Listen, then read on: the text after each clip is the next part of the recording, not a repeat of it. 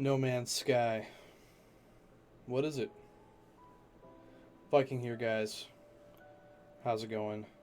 So today I just want to talk about what No Man's Sky is. I'm going to read the description of the game for you, and then we're going to talk a little bit about what No Man's Sky is, and maybe a little bit about some of the things, some of my opinions on the game, and some of the things that were talked about, and what the community feels about the game in general. So, here we go. Inspired by the adventure and imagination that we love from classic sci-fi science fiction, No Man's Sky presents you with a galaxy to explore, filled with unique planets and life forms, and constant danger and action. In No Man's Sky, every single star is the light of a distant sun, each orbited by planets filled with life, and you can go to any of them you choose. Fly smoothly from deep space to planetary surfaces with no loading screens and no limits. In this infinite, procedurally generated universe, you'll discover places and creatures that no other players have seen before, and perhaps never will again. Embark on an epic voyage. At the center of the galaxy lies an irresistible pulse which draws you on a journey towards it to learn the true nature of the cosmos. But facing hostile creatures and fierce pirates, you'll know that death comes at a cost, and survival will come down to the choices you make over how you upgrade your ship, your weapon, and your suit. So, let's talk a little bit about No Man's Sky and basically what No Man's Sky is. So No Man's Sky is first and foremost, it's an exploration game.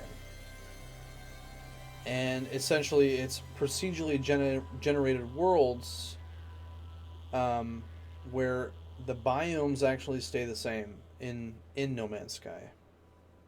And so what I mean by that is when you land on a planet, the biome that you land in is going to be the same everywhere on the entire planet, which is kind of a disappointment. Like here on planet Earth, you've got different biomes: snow, forests, deserts, ocean. And in No Man's Sky type planets that are created using this procedural generation, you really only get one biome for the whole planet. So that's the first thing. Not necessarily a bad thing. It's a good thing. It's a good and a bad thing. It depends on how you look at it. But first and foremost, No Man's Sky is an exploration game, and that's what it's all about. It's about starting out the game, repairing your ship, repairing your weapon, and setting out and exploring. And the game does that really well for at least the first 4 to 6, or maybe even more hours, depending on what kind of person you are, I guess. I had actually explored for probably about 20 hours, and I was enjoying it all the way up for quite a long time, until I started to notice things that started to look very similar. And the game really does start to feel very much the same. And it starts to become a bit of a grind too, because each planet you visit, you need to be able to create fuel, which are in the form of warp cells, in order to actually fly around and visit other planets, visit other solar systems. The ultimate goal, basically, I guess if there is a goal really of the game, is to visit these Atlas interfaces, Atlas interferences, and once you do that, you'll get sort of more direction in order to venture forth in order to find the center of the universe. I myself have played for probably, oh my goodness, I've played for a total of 31 hours.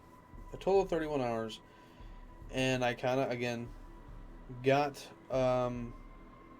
somewhat bored of it because things start to be the same. You get basically the same objectives and the same things that you're trying to accomplish in that aspect.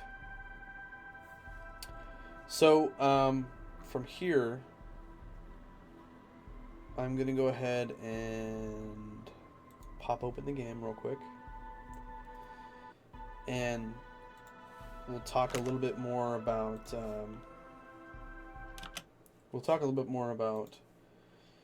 and show you guys just exactly what No Man's Sky really is.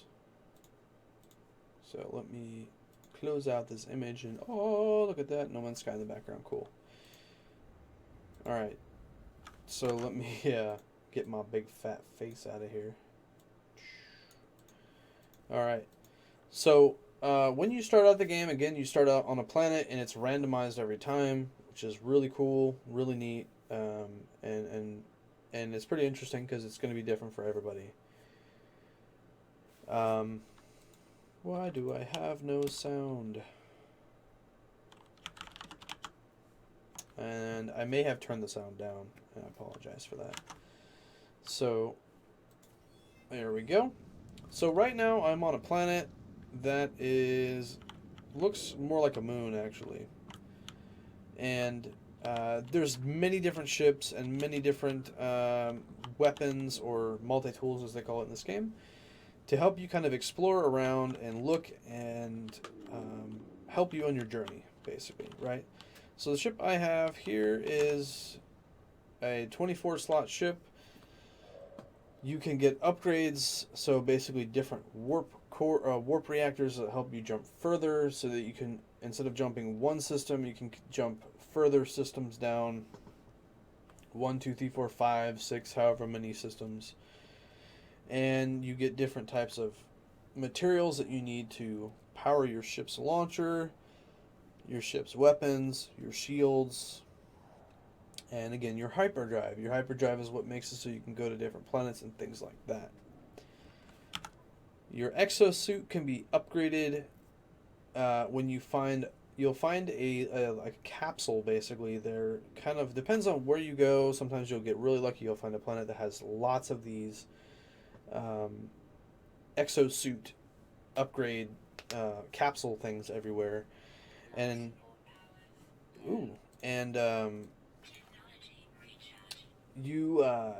it's like 10,000 credits per upgrade.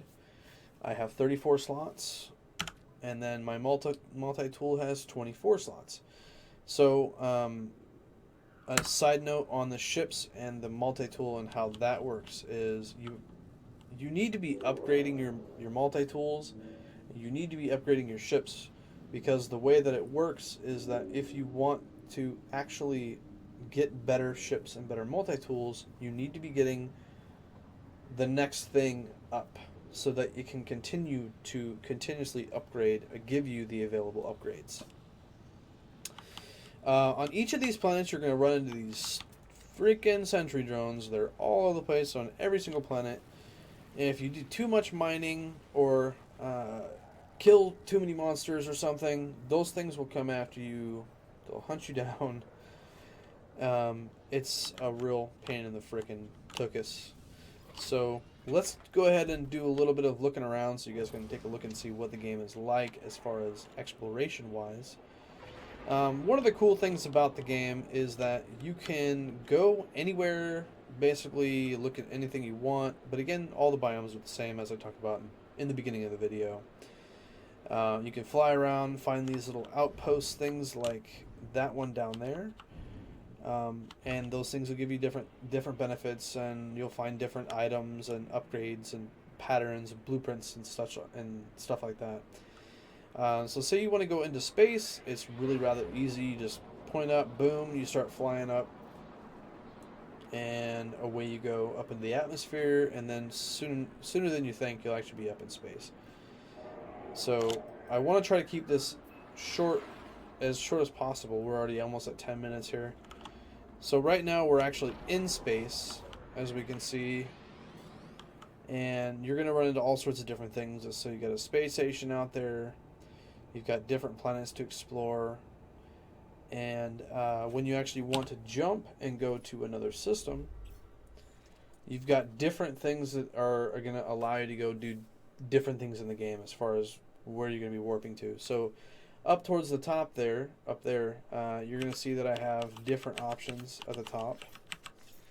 So a path towards the galactic core, free exploration mode, which allows you to move around anywhere on the map, really, as far as your ship can actually warp. And then your path towards your specific waypoint that you have set from an objective. So for me, I think I asked the Atlas people to go ahead and point me towards the nearest black hole. So let's go ahead and jump to the next system here, and just to show you what that's like. And then we're going to go ahead and engage and go to the next set of planets here. And again, this is going to take us into another system that has been basically not explored by anybody, and planets that haven't been explored by anyone, creatures and everything else that has not, again, been explored by anybody. Now, some of the things that I wanted to touch on, again, I want to try to keep this not too long. Some of the things that I want to touch on, that's a cool looking ship, is that there is a lot of people that are really upset because this game was heralded as a multiplayer game, mostly because some of the stuff that they saw in the... Oh, we're out of fuel. Mostly because of some of the things they saw in some of the interviews that Sean Murray did with some, like, IGN and GameSpot and all that. And when they asked them questions like, does this have multiplayer? Can I shoot my friends? Can I play with my friends? Can I grief other players? And he said, Sean Murray answered yes. I think, honestly, that that will be something in the future. And I think that he did answer correctly when people asked him, is this going to be a thing? And he said yes. I think that in the future we will have that in this game. Right now, it's not a thing. It's not multiplayer. You can't see other players. You can't meet up with other players. You can't grief them. You can't fight them. And a lot of people are disappointed about that. And that's understandable, because he did say that it's going to be in the game. But I think basically what it comes down to is Sony being partnered with them basically probably told them, hey, you can't tell them that you can't do that yet. So we're going to go ahead and get out and land here so you guys can take a look. There we go. Too high, initiating landing. Alright. So now we're on a completely randomized planet with ample flora and rich fauna. So that means that there's actually animals on this planet. So we take a look. Might be able to see some stuff. Possibly not. Possibly yes. The other cool thing about this game is that you can look at items like, say, these crazy looking animals here. And once you discover them by scanning them with this analyzer, you can name them anything you like if you want. You can go in here, go to this rename. Let's see here. We want to rename and upload. So we can call this thing Space Hunchback of Space Place. And then it gets uploaded. So if anyone ever finds this animal in the game, they find this planet, they will find the Space Hunchback of Space Place. And that is what it will be called. So I hope that I was able to answer some questions as far as what this game is, what the objective of it is, and the kind of things that you can do in the game, as well as some of the controversies surrounding the game. Another thing to note is that on the PC, if you have the PC version, there are actually quite a few mods for this already. As of the making of this video, which today is August 30th, 2016, so there are quite a few mods for this game. Anyways, guys, that's going to do it for this video. Thanks for watching. I appreciate it. You guys have a great day. if I don't see ya. And if I do see ya, you'll be seeing me in the next video that when I do another Viking Explains video. I think I'm going to kind of make this into a series of explaining different games that I've played, that other people are playing, and just kind of explain my opinion on things, and we kind of go from there. So if you guys like the video, give it a thumbs up. If you don't like it, give it a thumbs down. It's all good. I want to know your guys' feedback. Take care. Thanks for watching, and I'll see you in the next one. Peace.